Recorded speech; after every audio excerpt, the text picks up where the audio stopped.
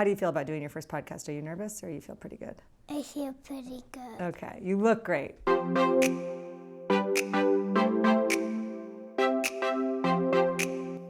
Hey, everybody. Welcome to the podcast. I'm Ashley Adamson. I hope everybody had a wonderful Mother's Day. And I hope everyone is surviving the month of May, which I have found as a parent is like the summer version of December. There's a lot going on.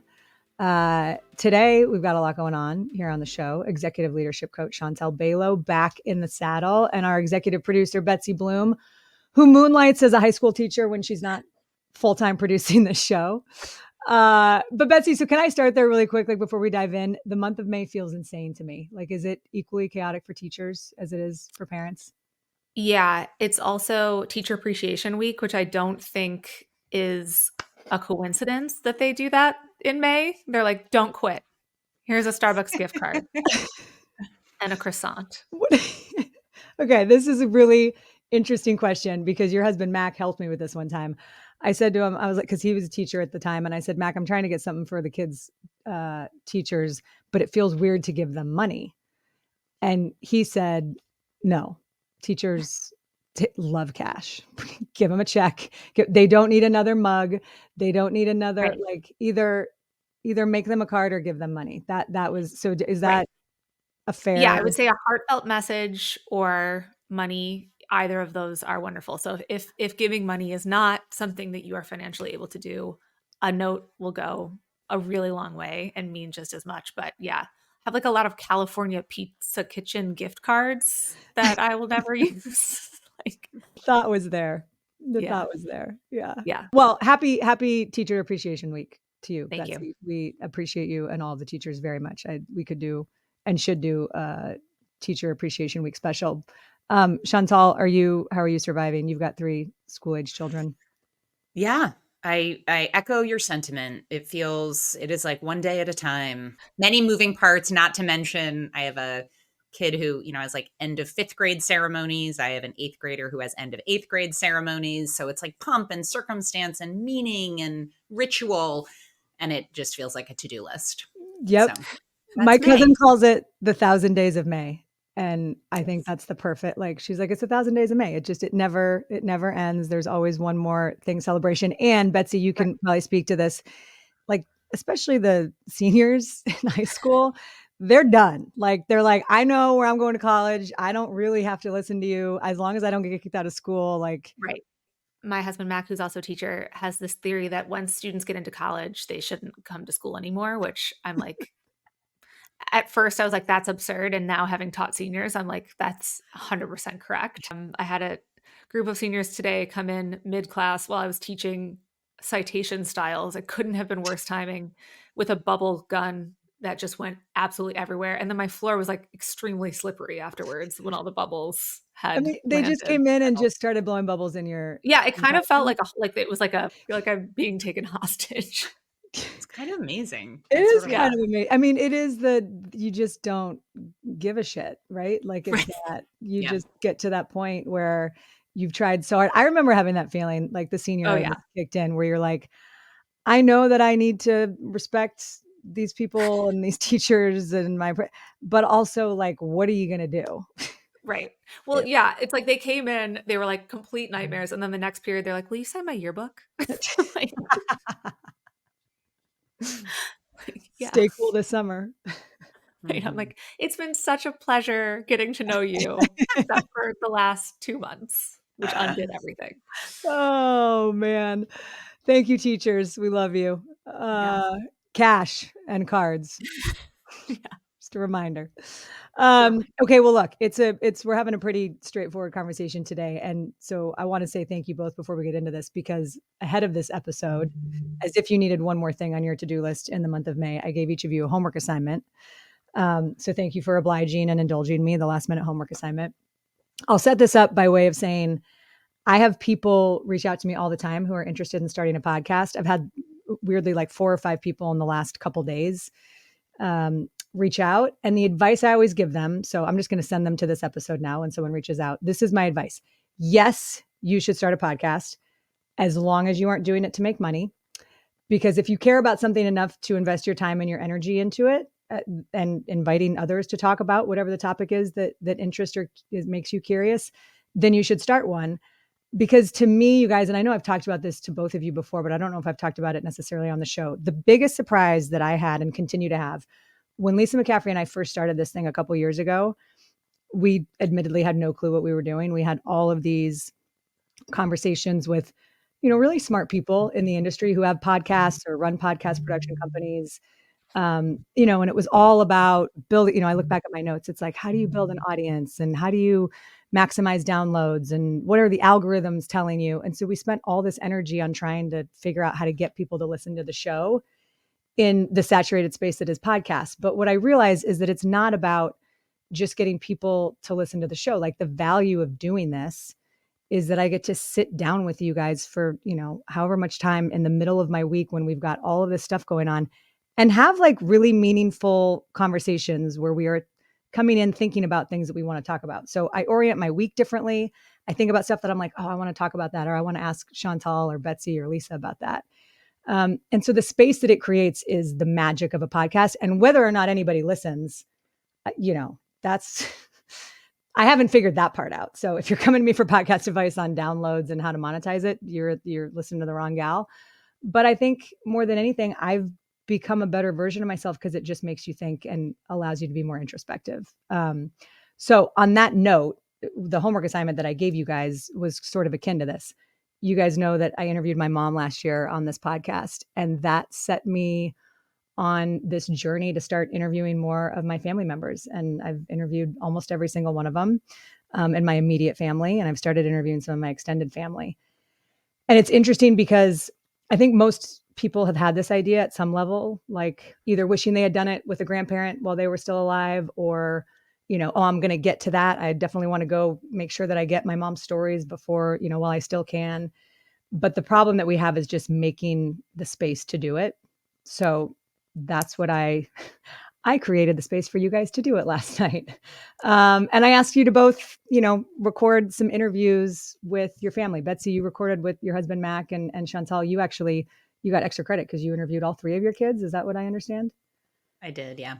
Okay. I'm curious about the takeaways and what you guys thought, but to me, there is something so, I don't know, simple and sacred about sitting down, hitting, record as an audio memo on your phone and just having a list of questions that you can ask someone that you love.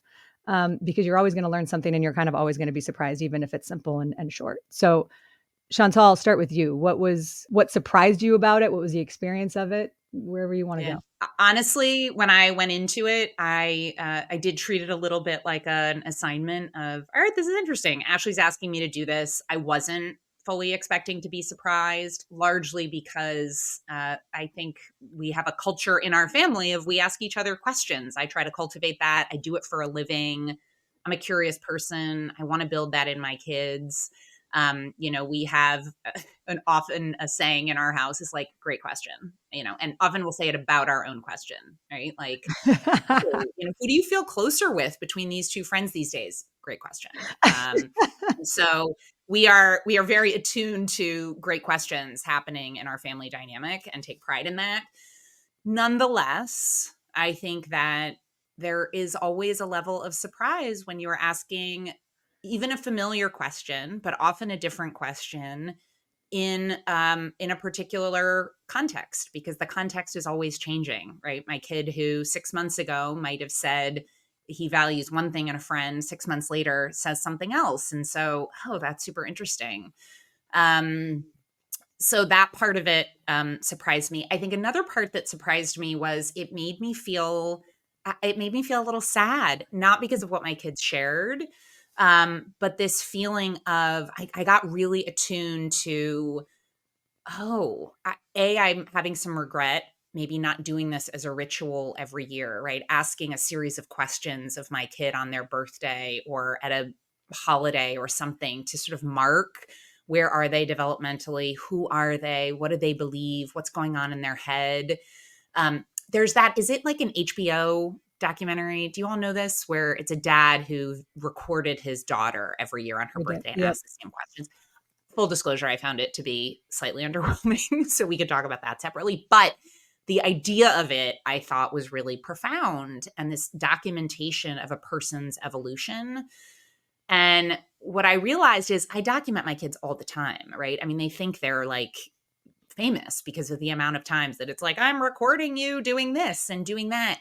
But I'm recording what they're doing. It's not a record of like who they are and what they believe. And it's not revealing, I think, of, kind of what they stand for or what they value or what they care about. And so I think that level, it surprised me how much I want to now do that with more regularity for them and for me.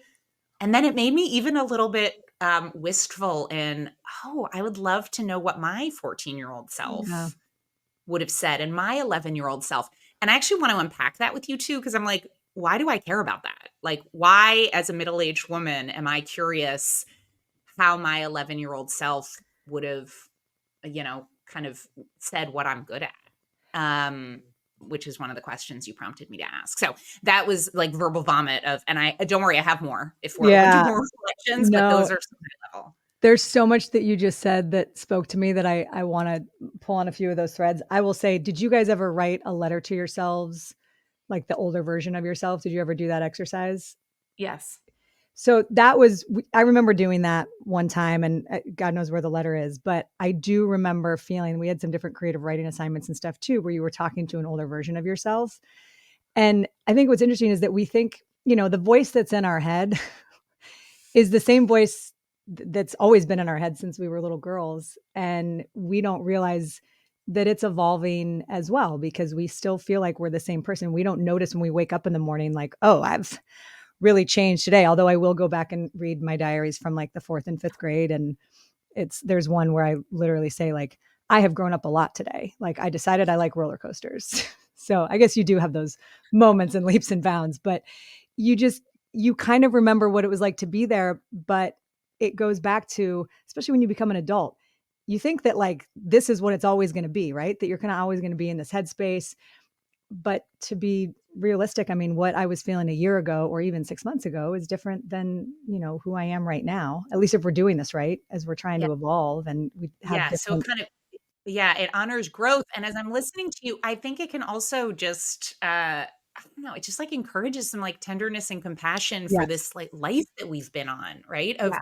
oh my gosh, my like 9-year-old self was so, I don't know. I mean, when I'm thinking about my 9-year-old who it was just this, I'm interviewing her like right before bed. She's got her headgear on. Like she's got a weird lisp because of it. And I'm like, oh my gosh, you are so adorable. And you're like, your stuffies are all around your bed. And just like it thaws, there's like a thawing element. And I Mhm. think if we could all have that to really be able to connect with that version of ourselves and have empathy and kindness and joy for all those different stages, versus a real distance from it. Because quite frankly, I don't remember what I was thinking and believing. I mean, I have glimmers, but I don't know. I can't really connect vividly. Yep. Betsy, Yeah. what about you? I mean, I feel like you are somebody who probably like journaled and had, a really good sense of exactly how So you felt when you were 9 years old. I will tell you that when the first time that Mac visited my family home while I was taking a shower, he went through my things and read my diary, which I was like, this is a huge violation of privacy. Huge violation. But it's just like a series of, first of all, he was like, the grammar was absolutely perfect. Like I was like using commas for introductory words. I Like bet your when I was penmanship, I'm envisioning your penmanship Uh-huh. was pretty remarkable too. but it's just like I have a lot of compassion for that person because I would only write when I was having bad days. And so I'd be like, hello again. Gave Edward a Valentine and he ripped it up in front of me. Want to die. Check back in soon. Oh, And Oh, then like sweet his favorite one Betsy. is I went to a Catholic school and like clearly my life was really revolving around the like seasons of Catholicism. And so it starts, well, comma, it's Lent again. Like we're back, back to through the Lent. through the sands of the hourglass, these are the days of our lives. I can't believe it's Lent again. Oh my gosh. As an aside, Betsy, do you know about Mortified? No. Okay, you need to. We'll talk offline. It's where people read their real journals aloud, and I'm just telling you, yours is going to be a real crowd pleaser. So Oh yeah, Okay. I will. I just separately, you need to audition for Mortified immediately. So when I first moved to San Francisco, Chantal, a woman who was a comedian, Sarah Faith Altman, I got connected to her through a mutual friend. She, I'm pretty sure either was part of the founding group of Mortified or did some of the very early on. And she would tell me, she's like, you have no idea the power of people getting up and reading their Oh, diaries to a room full of That's people. Like it's amazing. it is. unbelievable. It's amazing. Yeah. It's like I cannot wait. I'm gonna reach hysterical to out to the her and see if she'll come on the pod. We need to Yes. get Faith on the pod. Oh my Okay. gosh, yes, and we should have an outing to Mortified because it does not disappoint. And Betsy, please audition. There, believe it or not, there's more material. Oh, I'm sensing we've only scratched the tip of the surface. I'm gonna have to change names to protect the innocent. There's a lot of bitching Uh, about my yeah. But I feel like you realize like everything felt like such a big deal, right. like that you talk about the heartache, like there were so many emotional, like you wonder if they're thinking about you and all this. I mean, I used to like write about my brother's friends and then my brother would read my diary like with his friends. Um, and I look back and I'm like, oh my God, everything felt so heavy and so big and so like and I have compassion for that little girl because I think, Right. Yeah, and you just have no yeah, idea. and I listen to you, and I'm like, is that what my 70-year-old self is going to be saying about me now? Right. Totally. I Yeah. mean, everything feels 100% it is. everything feels really big, and so I think having these touch points, just that reminder, as opposed to no, but now it's really high stakes, and now it's so important. I mean, my 7-year-old self is like, does it really matter if your kid didn't do their dishes on Tuesday? But how am I instilling values and helping them to have a sense of personal responsibility? So yeah, I think on a more existential level like that, the practice of this is, I think it's really grounding and Yeah. compassion building. I remember Marsha Leaf when one of the first episodes we did, her son Ryan has been through a lot.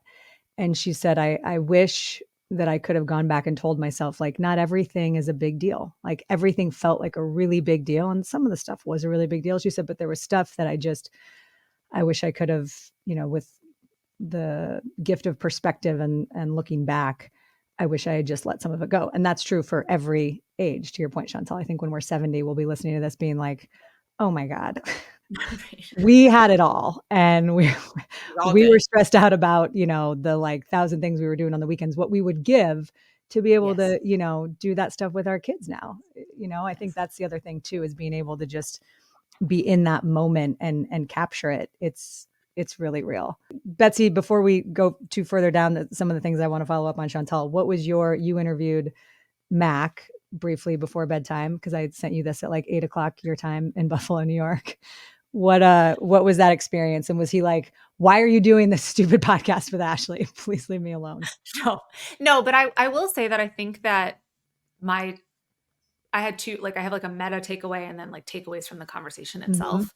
And it's like I was like, "Hey, you just finished tutoring. Like, can we take like 15 minutes to record this conversation?"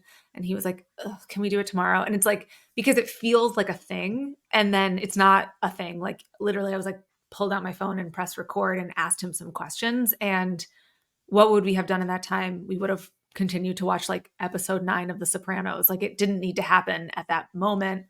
And I was thinking about how like Mac is probably the person that I'm most comfortable with in the world. And yet there was like this hesitance on both of our ends to Mhm. like have a set aside time to go deep.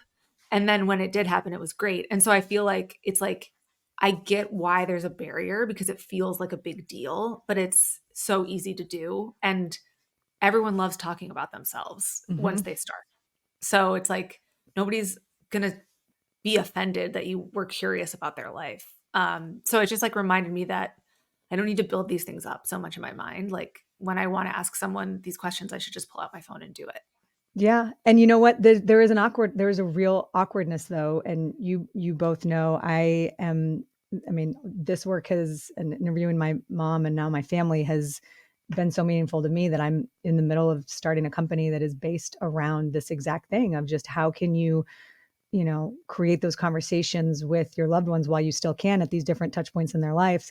And it is a huge barrier to get people to actually just do it. I'm like the showing up. And then they always say on the back end, I had no idea what an amazing experience. Like, thank you. That was Right. such a gift. I don't even care about the deliverable and all the rest. It was to have someone Right. sit down and ask you about your life for however long it is, whether it's 5 minutes or 90 minutes. We don't, as a culture, we just don't do it in that way. And so it tells people that their lives matter and that their experiences matter. And I think Right. of kids, something you said, Chantal, that stood out to me. You've got all of these snippets of their life that we all carry around on our phones, right? But they're all disjointed little moments. Like, not only is it that it's not them thinking through, whatever it is and them just doing certain activities, but where do those all go? Like, what happens to all of that content in a way that makes it tell some sort of story? So when you actually sit down and start asking people about their lives, it's amazing what comes out.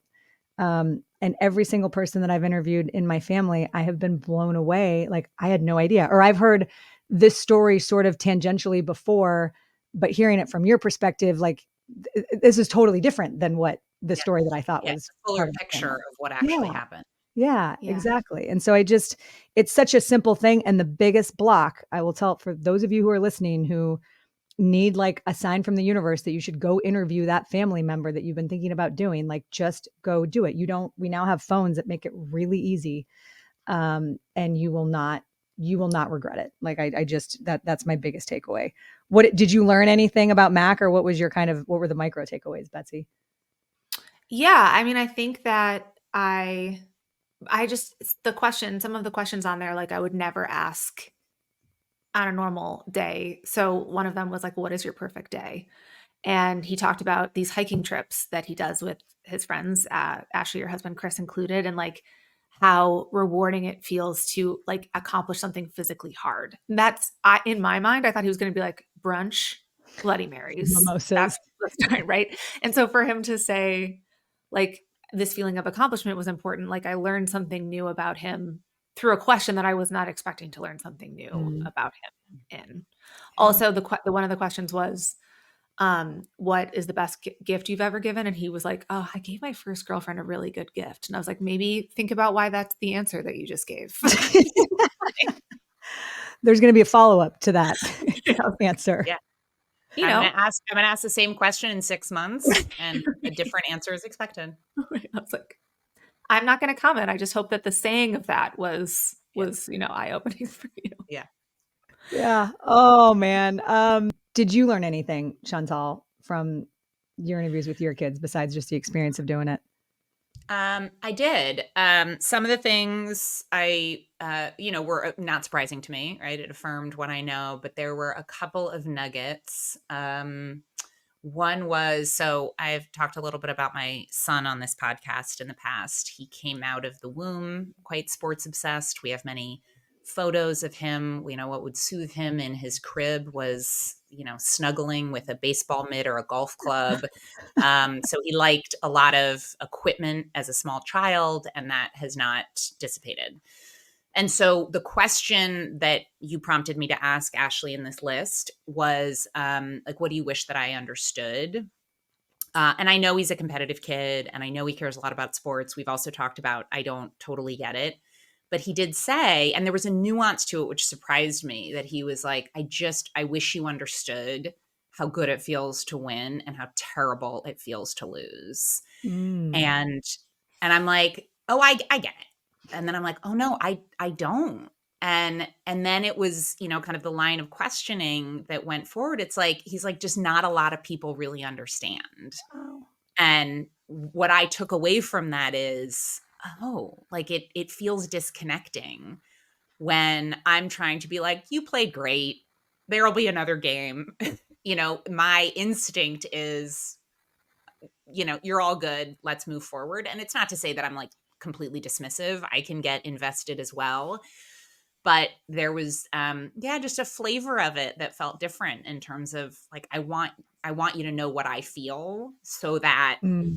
in my interpretation is, so that we can feel more connected.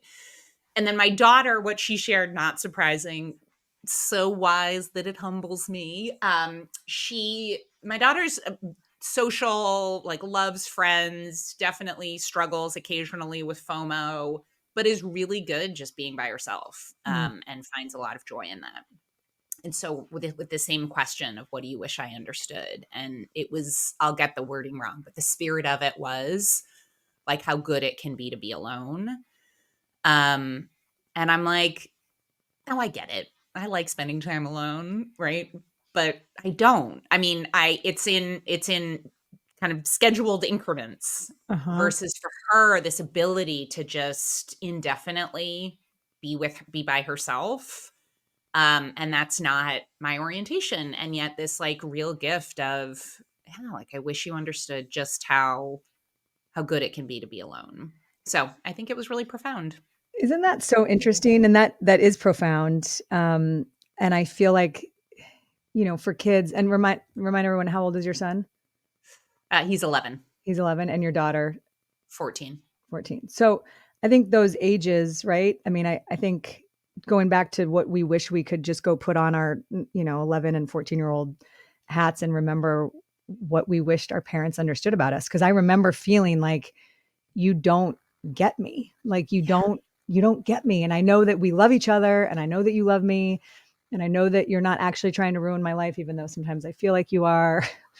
Uh, but there's this feeling around this disconnection that you mentioned, that it just feels like we're living in different worlds. Like you as an Yeah. adult and me as a child, or adolescent or teenager, whatever, we see the world through very different lenses. And sometimes I think parents, I will speak for myself, you forget that, like I know that my kids are kids and I know that but I'm like, I just put yourself in their shoes and remember, if you can, it's hard, what it felt like to always being told what to do, like to always feeling like you have no control, to just wanting so hard to prove that you can do something or that your parents see you in a certain way. So I do think that's one of the gifts of being able to just ask your kids these questions.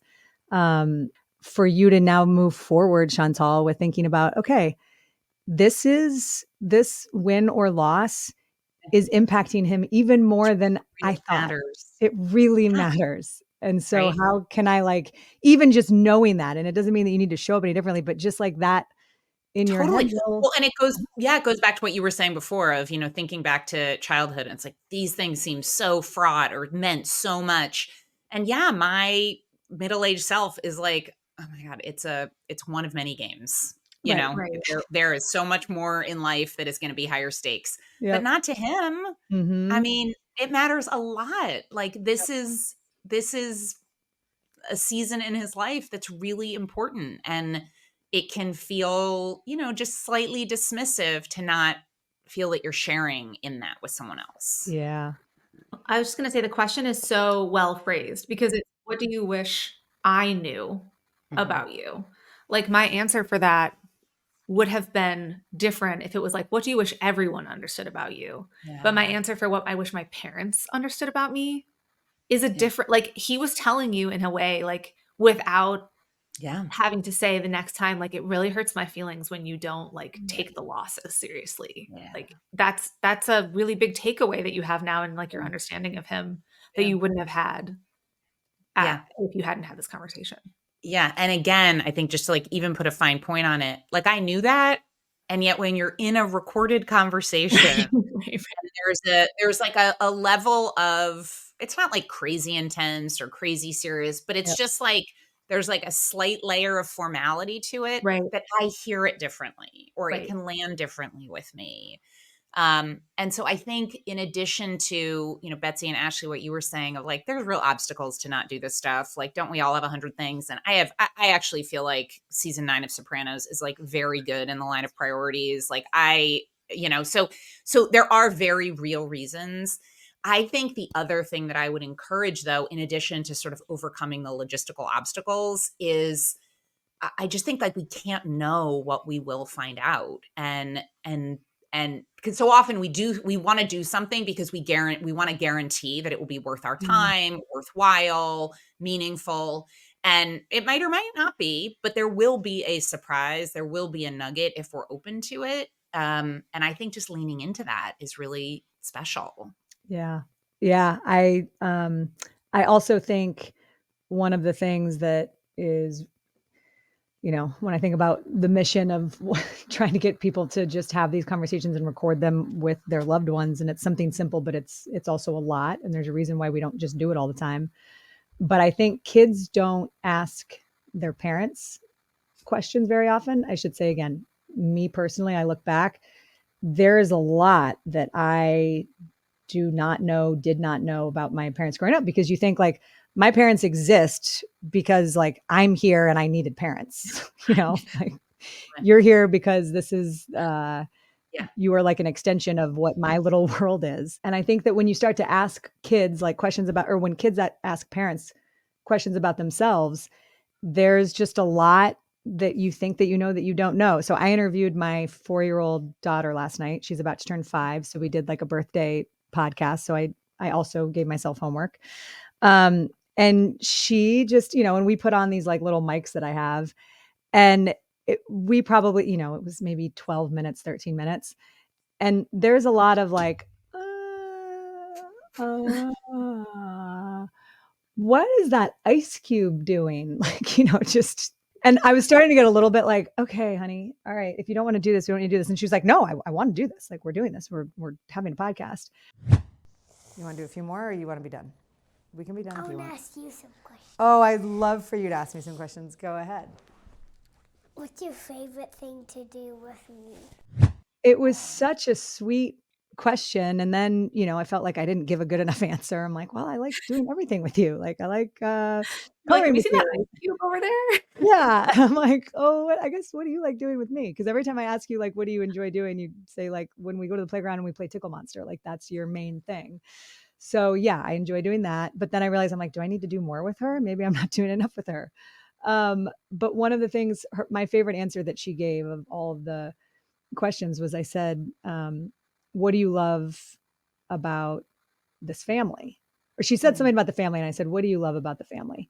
And she said, and she, without skipping a beat, she goes, I really love that we celebrate all the holidays.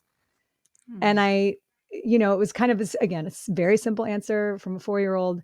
But what I took that as, which is something that I've talked to my mom as I've gotten older, which is my mom makes holidays really special, like above and beyond, there's dishes and dish towels and certain things and foods and traditions. And sometimes it can like ruin the holiday, it feels like in the time, because I'm like, we don't need that thing So that is stressful. so much stress to have it just right at the right time.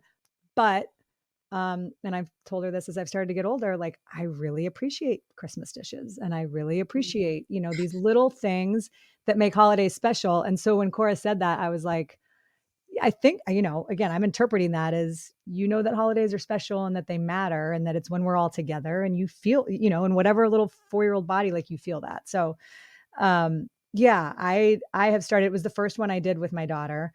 I recorded Collins on his birthday when he turned 7 this year. I like brought him to school late, and we sat outside on a park bench and recorded a podcast that was amazing, and I asked him the one cool thing, if you're doing this with your kids, is to ask them to give themselves, like, what do you wish in 20 years, if you were listening to this, what would you want to tell yourself, or what advice would you give for your adult self?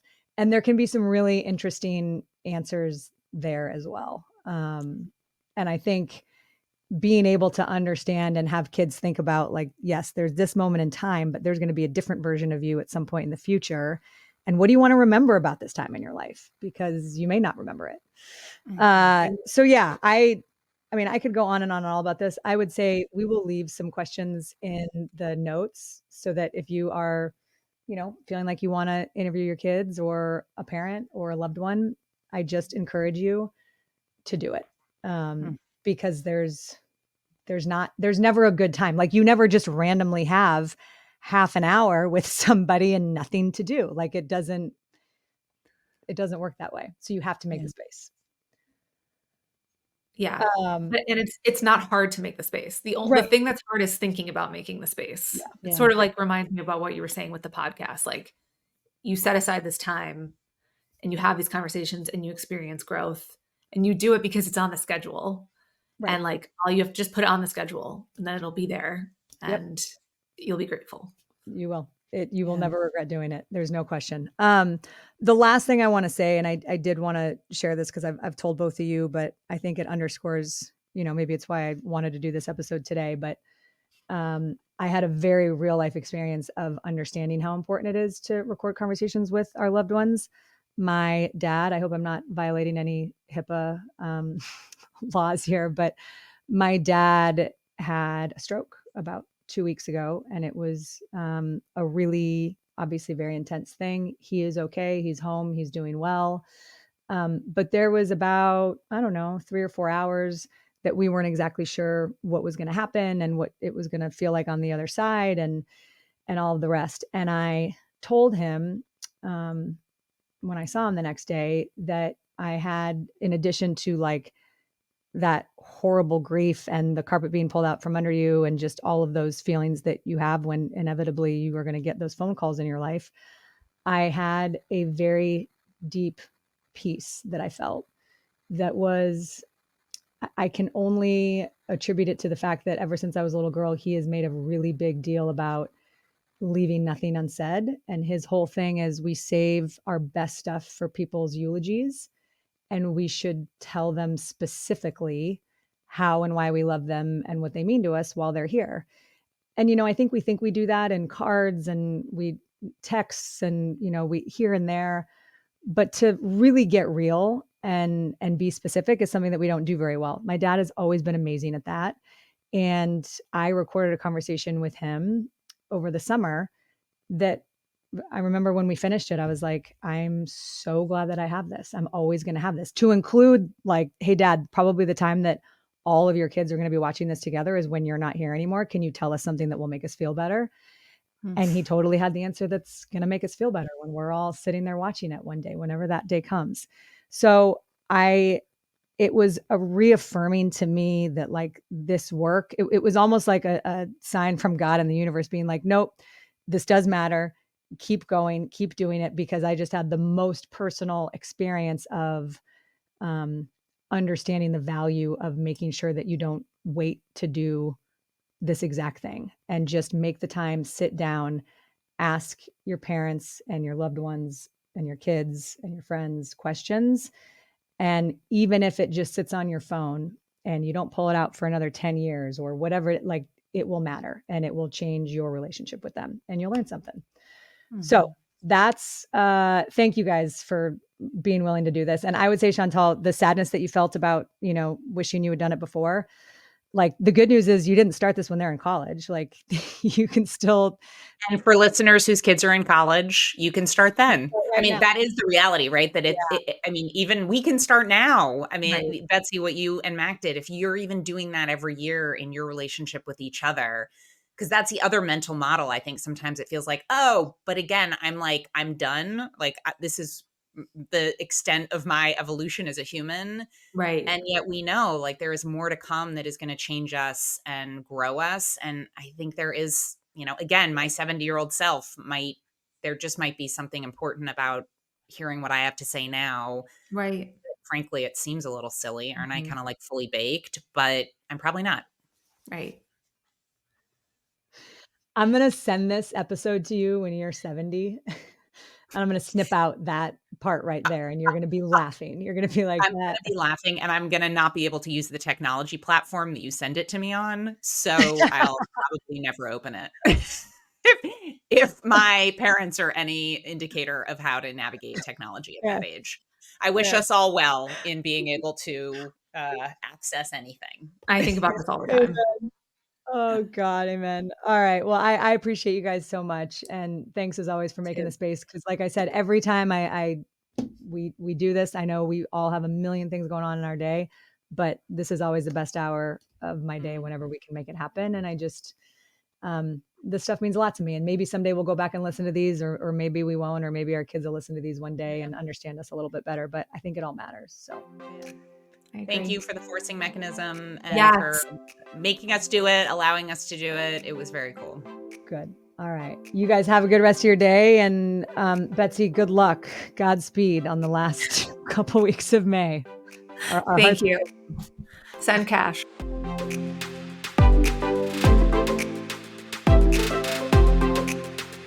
Hi, I'm Cora Coakley. Today is May 6, 2023. And what's exciting about the fact that it's May 6th? There's only 3 more days until my birthday. That's what I was thinking too. What is one of your favorite memories of you and me? What's something that we've done that I don't know if there was this Dada or you, but getting to have a milkshake at this special place and having a me and you time. That was Dada. That was Dada. Okay. That's a good memory of Dada. What do you love about your Dada? But he's super sweet and plays Take a Monster with me. Now, what's your favorite sports? Yoga? Does that count? I like doing yoga. No, that doesn't count. Okay. I like soccer. I don't really play that many competitive sports anymore, which is kind of sad. I miss it. I used to run. I don't really Why are run you anymore. not starting to play it? Because I don't have time.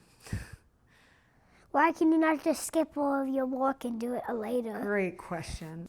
What do you hope you're like when you grow up?